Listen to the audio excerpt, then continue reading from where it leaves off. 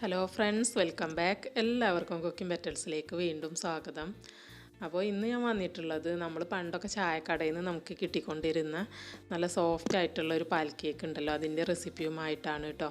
അപ്പോൾ ഗോതമ്പ് പൊടി ഉപയോഗിച്ച് നമുക്ക് വീട്ടിൽ തന്നെ വളരെ സിമ്പിളായിട്ട് റെഡിയാക്കി എടുക്കാൻ പറ്റുന്നൊരു റെസിപ്പിയാണ്. കണ്ട് നോക്കിയിട്ട് ഇഷ്ടമായെങ്കിൽ ഒന്ന് ട്രൈ ചെയ്ത് നോക്കുക, നല്ല ടേസ്റ്റിയാണ്. അപ്പോൾ അതിനു മുമ്പ് നിങ്ങൾ എൻ്റെ ചാനൽ സബ്സ്ക്രൈബ് ചെയ്യാണ്ട് വീഡിയോ കാണുന്നുണ്ടെങ്കിൽ ഒന്ന് സബ്സ്ക്രൈബ് ചെയ്ത് സപ്പോർട്ട് ചെയ്തേക്കണേ. അതുപോലെ തന്നെ ബെല്ലൈക്കണും കൂടെ ഒന്ന് എനേബിൾ ചെയ്യണേ. അപ്പോൾ നമ്മൾ ഈ പാൽ കേക്ക് കഴിക്കുന്ന സമയത്ത് ഇത് നല്ലൊരു മോയിസ്റ്റ് ആയിട്ടായിരിക്കും നമുക്ക് കിട്ടുക. നല്ല ടേസ്റ്റ് ആയിരിക്കും, നല്ല സോഫ്റ്റ് ആയിരിക്കും അതിൻ്റെ ഉള്ളൊക്കെ. അപ്പോൾ അതിനുള്ളൊരു ട്രിക്കും കൂടെ ഞാൻ ഈ വീഡിയോയിൽ പറയുന്നുണ്ട് കേട്ടോ. നമ്മൾ വീട്ടിൽ എങ്ങനെ റെഡിയാക്കി കഴിഞ്ഞാലും ഇത് ഹാർഡായിട്ടാണ് നമുക്ക് കിട്ടാറ്. അപ്പോൾ അത് സോഫ്റ്റ് ആവാനായിട്ടാണ് നമ്മൾ ഷുഗർ സിറപ്പിലിട്ട് വെക്കുകയാണ് ചെയ്യുന്നത്. അപ്പോൾ അതിന് വേണ്ടിയിട്ടുള്ള ഷുഗർ സിറപ്പ് നമുക്ക് ആദ്യം റെഡിയാക്കി എടുക്കാം. അപ്പോൾ ഞാനൊരു 1/2 കപ്പ് പഞ്ചസാര എടുത്തിട്ടുണ്ട് ഒരു പാത്രത്തിലേക്ക്. അതിലേക്ക് 1 കപ്പ് വെള്ളം ചേർത്ത് കൊടുത്തിട്ടുണ്ട്. നിങ്ങളിപ്പോൾ ഗ്ലാസ്സിലാണ് എടുക്കുന്നതെന്നുണ്ടെങ്കിൽ 1/2 ഗ്ലാസ് പഞ്ചസാര എടുത്താൽ 1 ഗ്ലാസ് വെള്ളം ചേർത്ത് കൊടുക്കുക. എന്നിട്ട് ഇത് നന്നായിട്ടൊന്ന് തിളപ്പിച്ചെടുക്കണം. ഇത് നമ്മൾ ഒറ്റ നൂൽപ്പരുവൊന്നും ആക്കിയെടുക്കേണ്ട ആവശ്യമില്ല കേട്ടോ. ഈ പഞ്ചസാരയൊക്കെ ഇതിൽ മെൽറ്റായിട്ട് ഒരു 2-3 മിനിറ്റ് തിളപ്പിച്ചിട്ടൊന്ന് എടുത്താൽ മതി.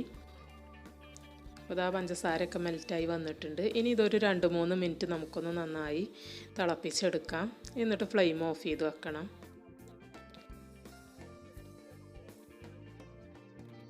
ഇപ്പോൾ ഇത് നന്നായി തിളച്ച് വന്നിട്ടുണ്ട് കേട്ടോ. ഇനി നമുക്ക് ഫ്ലെയിം ഓഫ് ചെയ്ത് വെക്കാം. ഇനി ഇത് ഇവിടെ മാറ്റി വെക്കാം. എന്നിട്ട് നമുക്ക് കേക്ക് റെഡിയാക്കി എടുക്കാം. അപ്പോൾ അതിന് വേണ്ടി ഒരു ബൗൾ എടുത്തിട്ടുണ്ട്. അതിലേക്കൊരു കോഴിമുട്ട പൊട്ടിച്ചൊഴിക്കാം. അപ്പോൾ ഞാനിപ്പോൾ ഒരു മുട്ടയാണ് കേട്ടോ എടുത്തിട്ടുള്ളത്. നിങ്ങൾ എടുക്കുന്ന ക്വാണ്ടിറ്റിക്ക് അനുസരിച്ചിട്ട് മുട്ടയുടെ അളവൊക്കെ കൂട്ടി കൊടുക്കണം. ഇനി ഇതിലേക്ക് 2 ടേബിൾ സ്പൂൺ നെയ്യ് ഒഴിച്ച് കൊടുത്തിട്ടുണ്ട്. ഈ നെയ്യിന് പകരം ബട്ടർ ചേർത്ത് കൊടുത്താലും മതി കേട്ടോ, സെയിം അളവിൽ തന്നെ.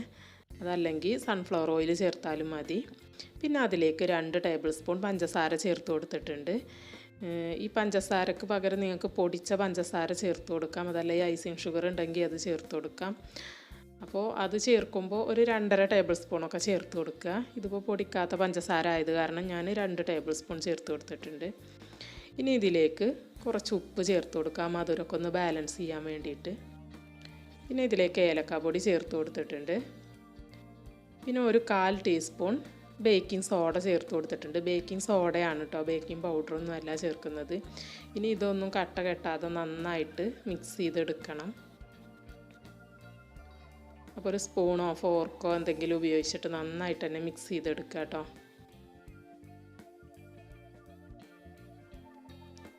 ഇതൊക്കെ നന്നായി മിക്സ് ചെയ്തെടുത്തിട്ടുണ്ട്. ഇനി നമുക്ക് ഇതിലേക്ക് ഗോതമ്പ് പൊടി ചേർത്ത് കൊടുക്കാം. അപ്പോൾ ഈ ഗോതമ്പ് പൊടി തന്നെ വേണമെന്ന് നിർബന്ധമൊന്നുമില്ല, മൈദ ഉപയോഗിച്ചിട്ടും നമുക്കിത് ചെയ്തെടുക്കാം. അപ്പോൾ ഗോതമ്പ് പൊടി ആകുമ്പോൾ ഒന്നും കൂടെ ഹെൽത്തി ആണല്ലോ എന്ന് കരുതിയിട്ടാണ് അതെടുത്തത്. അപ്പോൾ ഇപ്പോൾ 1 കപ്പ് ഗോതമ്പ് പൊടിയാണ് ചേർത്ത് കൊടുത്തിട്ടുള്ളത്. പിന്നെ അതിലേക്ക് 2 ടേബിൾ സ്പൂൺ പാൽപ്പൊടി ചേർത്ത് കൊടുക്കാം. എന്നിട്ട് ഇത് നന്നായിട്ടൊന്ന് മിക്സ് ചെയ്തെടുക്കണം. അപ്പോൾ ഇതിലേക്ക് നമ്മൾ ഒരു 1/2 കപ്പ് ഗോതമ്പ് പൊടി കൂടി ചേർക്കുന്നുണ്ട് കേട്ടോ. അതിപ്പോഴല്ല, നമ്മളിത് കുഴച്ചെടുക്കുന്ന സമയത്താണ് ചേർക്കുന്നത്. അപ്പോൾ ഇത് കുഴച്ചിട്ട് അതിൻ്റെ ആ ഒരു പാകത്തിനനുസരിച്ച് നമ്മൾ ആഡ് ചെയ്ത് കൊടുക്കുകയാണ് ചെയ്യുന്നത്. ഇതൊന്ന് സ്പൂൺ വെച്ചിട്ടൊന്ന് മിക്സ് ആക്കിയതിന് ശേഷം പിന്നെ നമുക്ക് കൈ വെച്ചിട്ട് നന്നായിട്ടൊന്ന് കുഴച്ചെടുക്കണം. ഇതിങ്ങനെ മിക്സ് ചെയ്തെടുക്കുന്ന സമയത്ത് നമുക്ക് മനസ്സിലാക്കാൻ പറ്റും. അപ്പോൾ ഇതിലേക്ക് ഇനിയും നമ്മൾ ഫ്ലോർ ചേർത്ത് കൊടുക്കേണ്ടതുണ്ട്. നല്ല വെറ്റായിട്ടാണ് ഇരിക്കുന്നത്. അപ്പോൾ ഇതിലേക്കൊരു 1/2 കപ്പ് ഗോതമ്പ് പൊടി കൂടി ചേർത്ത് കൊടുക്കാം.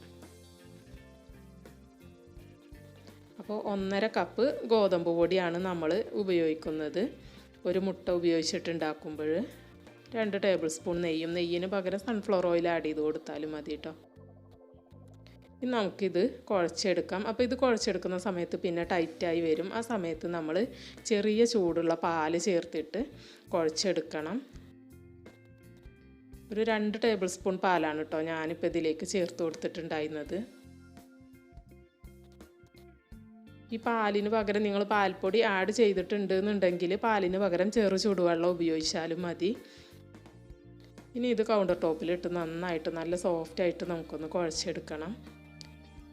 അപ്പോൾ നിങ്ങൾ പാൽപ്പൊടി സ്കിപ്പ് ചെയ്യണമെന്നുണ്ടെങ്കിൽ പാൽപ്പൊടി ചേർക്കുന്നില്ല എന്നുണ്ടെങ്കിൽ പാൽ തന്നെ ഉപയോഗിക്കാൻ ശ്രദ്ധിക്കുക കേട്ടോ. പാലോ പാൽപ്പൊടി എന്തെങ്കിലും ഒന്ന് മസ്റ്റായിട്ട് ഉപയോഗിച്ചിരിക്കണം. അത് നല്ല സോഫ്റ്റായിട്ട് കുഴച്ചെടുത്തിട്ടുണ്ട്. ഇനി ഇതുപോലെ തന്നെ നമുക്ക് വേണമെങ്കിൽ പരത്തിയെടുക്കാം. അതല്ലെങ്കിൽ കുറച്ച് സമയം വെയിറ്റ് ചെയ്തതിന് ശേഷം പരത്തിയെടുക്കാം കേട്ടോ. അപ്പോൾ ജസ്റ്റ് ഒരു ചപ്പാത്തി റോളർ എന്തെങ്കിലും ഉപയോഗിച്ചിട്ട് ഇതുപോലെ ഒന്ന് പരത്തിയെടുക്കുക. അതല്ലെങ്കിൽ കൈ കൊണ്ട് പരത്തി കൊടുത്താലും മതി കേട്ടോ. നല്ല സോഫ്റ്റായിട്ട് കുഴച്ചെടുത്തുകൊണ്ട് തന്നെ നമുക്ക് കൈകൊണ്ട് ഈസി ആയിട്ട് പരത്തിയെടുക്കാൻ കഴിയും. അപ്പോൾ ഇത് ഒരുപാട് തിന്നായിട്ട് നമ്മൾ പരത്തിയെടുക്കില്ല, കുറച്ച് കട്ടി വേണം. നമ്മുടെ പാൽ കേക്ക് അത്യാവശ്യം നല്ലൊരു കട്ടിയുള്ള ടൈപ്പായിരിക്കുമല്ലോ. ഇനി ഇത് നമുക്കൊന്ന് കട്ട് ചെയ്തെടുക്കാം. ഞാൻ ഇതിൻ്റെ 2 സൈഡും ഒന്ന് കട്ട് ചെയ്ത് മാറ്റിയിട്ടുണ്ട്. നമ്മൾ ഈ കട്ട് ചെയ്യണ പീസ് നമുക്ക് ഷേപ്പ് ചെയ്തിട്ട് ഫ്രൈ ചെയ്തെടുക്കുന്ന സമയത്ത് ഫ്രൈ ചെയ്തെടുക്കാം കേട്ടോ ഇതിൻ്റെ കൂട്ടത്തിൽ തന്നെ.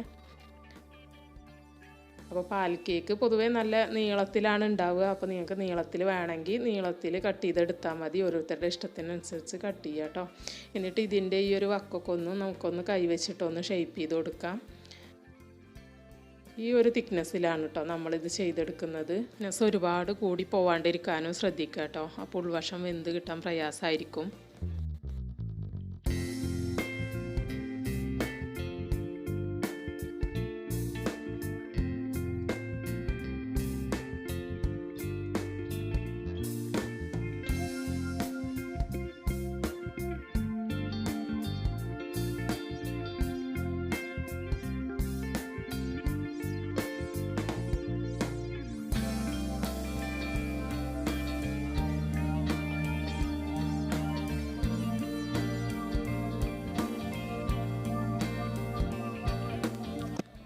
എല്ലാ പീസും നമ്മൾ എഡ്ജൊക്കെ ഒന്ന് ഷേപ്പ് ചെയ്തെടുത്തിട്ടുണ്ട്.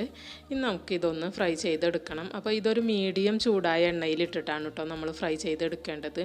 എപ്പോഴും ഫ്ലെയിം മീഡിയത്തിലായിരിക്കാൻ ശ്രദ്ധിക്കുക. അതല്ലെങ്കിൽ ലോ ഫ്ലെയിമിലാക്കി വെച്ചിട്ട് ചെയ്യുക. എണ്ണ ഒരുപാട് ചൂടായി കഴിഞ്ഞാൽ ഇതിൻ്റെ പുറംവശം പെട്ടെന്ന് വെന്തിട്ട് ഉൾവശം വേവാണ്ടിരിക്കും. അപ്പോൾ അതുകൊണ്ട് തന്നെ ലോ ഫ്ലെയിമിലിട്ടിട്ട് സാവധാനം ഫ്രൈ ചെയ്തെടുക്കുകയാണ് ചെയ്യേണ്ടത്.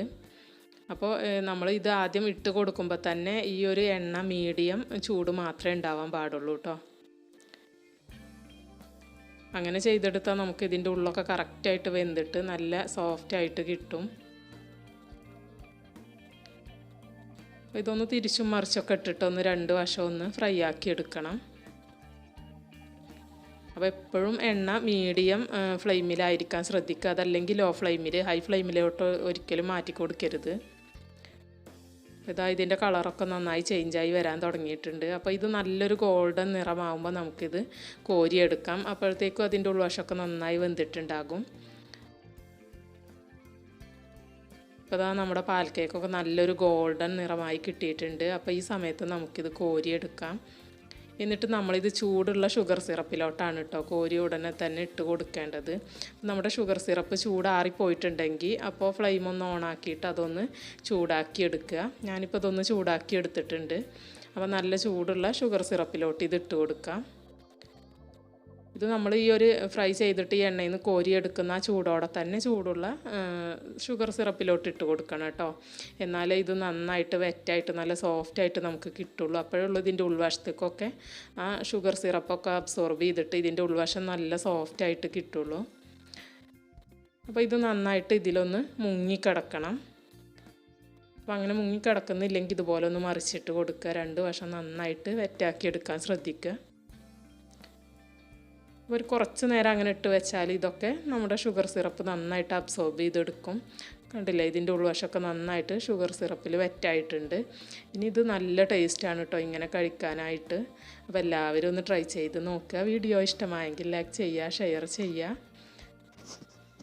വീണ്ടും നല്ലൊരു വീഡിയോയുമായി കാണാം. അതുവരേക്കും എല്ലാവരോടും ബൈ. Thank you.